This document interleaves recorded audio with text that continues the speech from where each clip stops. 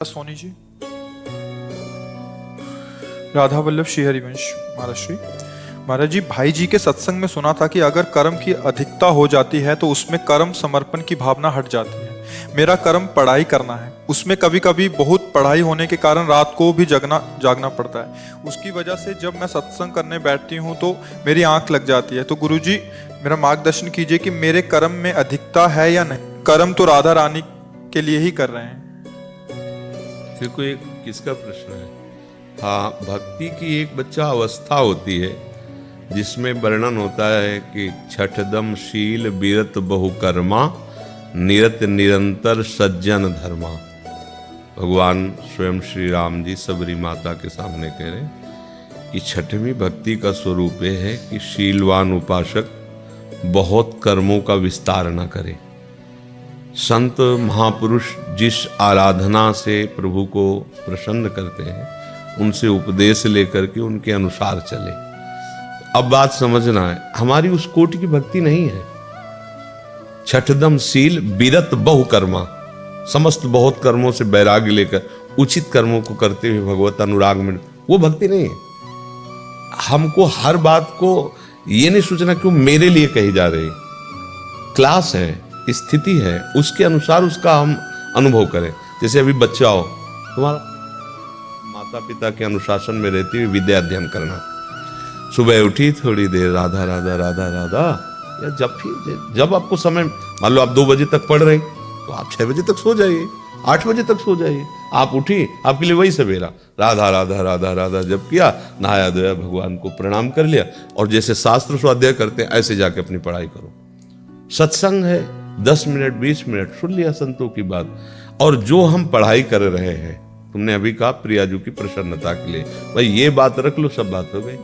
समझना है, हम 1 क्लास के हैं, पीएचडी वाली बात धारण करने की तो हम ना धारण कर पाएंगे ना उसको समझ पाएंगे। छठदम शील बीरत बहुकर्मा निरत निरंतर सज्जन, छठवीं भक्ति। और हमारी अभी तो प्रारंभिक भक्ति भी नहीं है। तो आप अभी बच्चे हो, भक्ति का भाव रखो। प्रियालाल के हम आश्रित हैं, थोड़ा नाम जप कर लीजिए। और अब मान लो पढ़ाई में बार बार नाम जप करने की वृत्ति रखोगे तो फिर उसे समझ कैसे पाओगे? समझ रहे हो? हाँ, वो पढ़ रहे हैं तो उसमें सब अक्षर ब्रह्ममय है, भगवत स्वरूप है।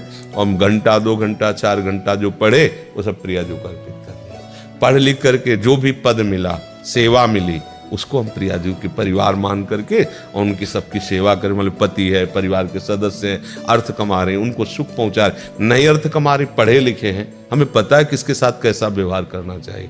ऐसे ये सब मंगलमय है। उसे संसारिकता की तरफ ना ले जाए और ना बहुत वैरागी की तरफ ले जाए। प्रवृत्ति मार्ग के पथिक को समझना चाहिए कि हमारा मार्ग क्या है। बहुत सहज में, कोई परेशानी नहीं। समझ पा रही हो आप जी? लेकिन हमारी तरफ से प्रार्थना है कि पढ़ने लिखने वाले बच्चों को गर्लफ्रेंड बॉयफ्रेंड वाला जो आज का नाटक चला है ये नहीं करना चाहिए। अगर हमारी बात कोई सुन रहा है और समझ रहा है, चाहे यूट्यूब में सुने चाहे यहाँ, हमारी सब बच्चों से प्रार्थना है ऐसी गलती मत करना। क्योंकि ये गलती तुम्हारे जीवन को ऐसी जगह पहुंचा देगी, परमार्थ क्या तुम स्वार्थ लायक नहीं रह जाओगे। ये जो आज का नौटंकी नाटक चला है ना, कई बॉयफ्रेंड, कई गर्लफ्रेंड, और अभी बताया था क्या लिव इन रिलेशन दो, क्या क्या, ये सब नौटंकी नाटक जीवन में नहीं हो। इससे बड़ा बुरा आचरण और कुछ नहीं होता। जब बच्चे इनमें उतर जाते हैं तो अपनी पवित्रता खो देते हैं, अपनी मानसिकता बिगाड़ लेते हैं, यहाँ तक कि अपने जीवन को नष्ट कर देते हैं। अभी कुछ ही दिनों पहले एक लड़की ने प्रश्न किया था कि हमारे क्लास में ही, हमारे रूम में रहने वाली एक लड़की ने आत्महत्या की, क्या कारण हो सकता है? मान लो किसी ने उसके साथ ऐसा, फिर वो वीडियो आजकल बनाकर उसको ब्लैकमेल करके कई बच्चे ऐसे खिलवाड़। अब वो क्या करे? अगर उसकी बात ओपन होती तो माता पिता जानते, नहीं ओपन होती तो रोज शोषण होता है, उसको एक ही रास्ता दिखाई देता, मैं आत्महत्या कर लूँ। ऐसी कोई गलती नहीं होना चाहिए। यदि सत्संग सुनती हो, संतों से भाव रखती हो तो ये आज्ञा का पालन करो, चाहे इसे प्रार्थना मान के। जब तक माता पिता का सहर्ष स्वीकृति ना हो तब तक पुरुष का वर्ण करने का भाव नहीं होना चाहिए। माता पिता की सब माना हमें पसंद है तो उसमें दस्तखत हमारे इतना सौभाग्य माता पिता का अधिकार इतना नहीं कि तुम्हारी बात को समझ सके, जिन्होंने तुम्हें पालन पोषण करे, इतना भी अधिकार नहीं। आज के बच्चे इतने कुमार्गगामी हो रहे हैं कि माता पिता को ऐसे ही अवहेलना कर दे। फिर क्या होता है? जब तुम्हारे ऊपर कोई भय नहीं है तो तुम वैसे ही मन सबका उद्दंड होता है, उद्दंडता में बहता चला जाता है। अच्छा, जैसे तुम उद्दंडता कर रहे हो, सामने वाला उद्दंडता कर रहा है, सामने वाला तुम्हें प्यार का नाटक कर रहा है, प्यार तो है ही नहीं।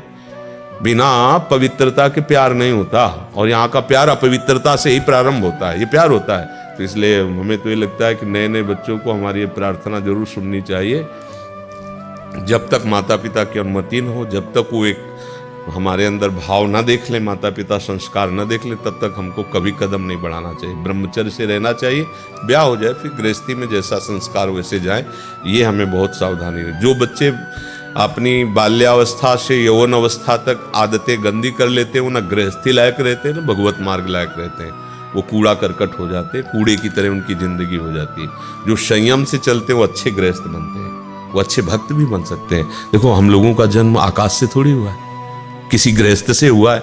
अगर हमारे माता पिता संयमी ना होते, हमारे माता पिता भगवान को न मानते होते, तो हम उनके गर्भ में से कैसे जन्म लेते, हमारे संस्कार कैसे अच्छे बनते। हमारे माता पिता ने भजन किया है, हमारे माता पिता हमें शासन में रखे हैं। जब हम बाबा जी बने, हमारे पिताजी आए थे मिलने, और उन्होंने कहा कि घर चलो, अभी बच्चे हो, तुम्हें समझ में नहीं आता संसार कितना बड़ा है, आगे चलकर अगर बुद्धि खराब हुई, इधर उधर कुमार्ग में गए, हमने सुना, तो हम स्वयं तुम्हें मार डालेंगे आके, नहीं तो घर चलो, ब्याह करो, खूब भजन करो, जैसे हम लोग करते हो वैसे करो। हम कहा कभी जिंदगी में नहीं सुनोगे। बोले हमारी बात जिंदगी भर ध्यान रखना कि अगर आचरणहीनता आयु ये हमने कान से सुना, तो बोले दूसरे की जरूरत नहीं पड़ेगी। तो ऐसे माता पिता अगर संयमी न होते, शासन करने वाले न होते, तो हमारे संस्कार ही न बनते। तो अगर आप संस्कार युक्त हो, आप धर्म युक्त हो, अगर एक भी परिवार का कोई आपसे संस्कार अच्छे प्राप्त कर लिया, तो हो गया मनुष्य जीवन की सार्थकता। जो हमारे ही संस्कारहीन है, हमारे ही आचरण खराब, तुम दूसरे को क्या उपदेश दे सकते हैं। इसलिए अच्छे बच्चे बनो।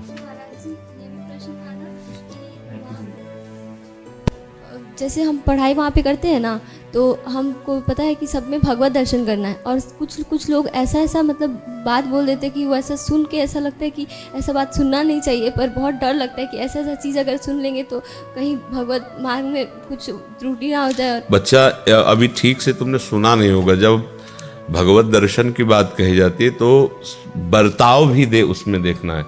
जैसे हम आप में भगवत दर्शन कर सकते हैं, पर हम बर्ताव आपके साथ वही करेंगे जो शास्त्र विधान है, उसके विरुद्ध आचरण नहीं कर सकते।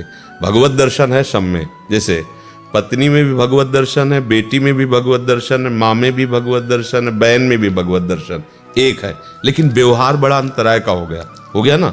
ऐसे भगवत दर्शन, लेकिन जो हमारे भाव को बिगाड़ दे, जो हमारी बुद्धि को कुमार्गगामी बना दे, हम उसमें भावना तो कर सकते हैं, व्यवहार नहीं कर सकते, संभाषण नहीं कर सकते, उसके साथ बैठ नहीं सकते, उसके साथ हम खा नहीं सकते, क्योंकि ये व्यवहार के लिए नहीं कहा गया। व्यवहार तो तस्मात् शास्त्रम प्रमाणम ते कार्याकार्यो व्यवस्थित हो, दर्शन के लिए सब भगवान है, ठीक है, लेकिन हम चोर भगवान से नहीं मिलेंगे। जो भगवान चोरी का नाटक कर रहे हैं, हम नहीं मिल पाएंगे। जो सामने भगवान ही हैं, लेकिन वो गंदी बात कहते हैं, वो गंदे आचरण करते हैं। प्रणाम। भगवत दर्शन का मतलब देखो, हीटर में, हाइलोजन में, बल्ब में, फ्रिज में, कूलर में एक ही बिजली है। यंत्र के प्रभाव से उसका प्रभाव अलग अलग, कहीं हीट है, कहीं शीतलता है, सुखद वायु दे रहा है, और छू जाए तो मृत्यु भी है नहीं। तो बिजली सब में एक है, ये हमें देखना है, लेकिन व्यवहार सब में एक जैसा नहीं दिखाई दे रहा। एक जगह बिजली तो प्रकाश दे रही, एक जगह तो आग पैदा कर रही, एक जगह तो ठंडा पैदा कर रही, एक जगह छू जाए तो मार दे, है नहीं। गड़ासा भी बिजली से, मोटर भी बिजली से। तो ऐसे ही भगवत शक्ति से संपूर्ण त्रिगुणात्मिका माया का काम चल रहा है। अब मुझे क्या चाहिए ये देखना है। प्रकाश तेज सब में भगवान का है, लेकिन हमें व्यवहार संभाल के करना है। अब देखो ना, हीटर है तो कितनी आग पैदा करता है, और फ्रिज है एकदम ठंडा पानी सब। तो हमको अनुकूलता देखनी व्यवहार में, जहां शास्त्र और धर्म को लेकर के अनुकूलता मिले उसी को अनुकूलता कहते हैं।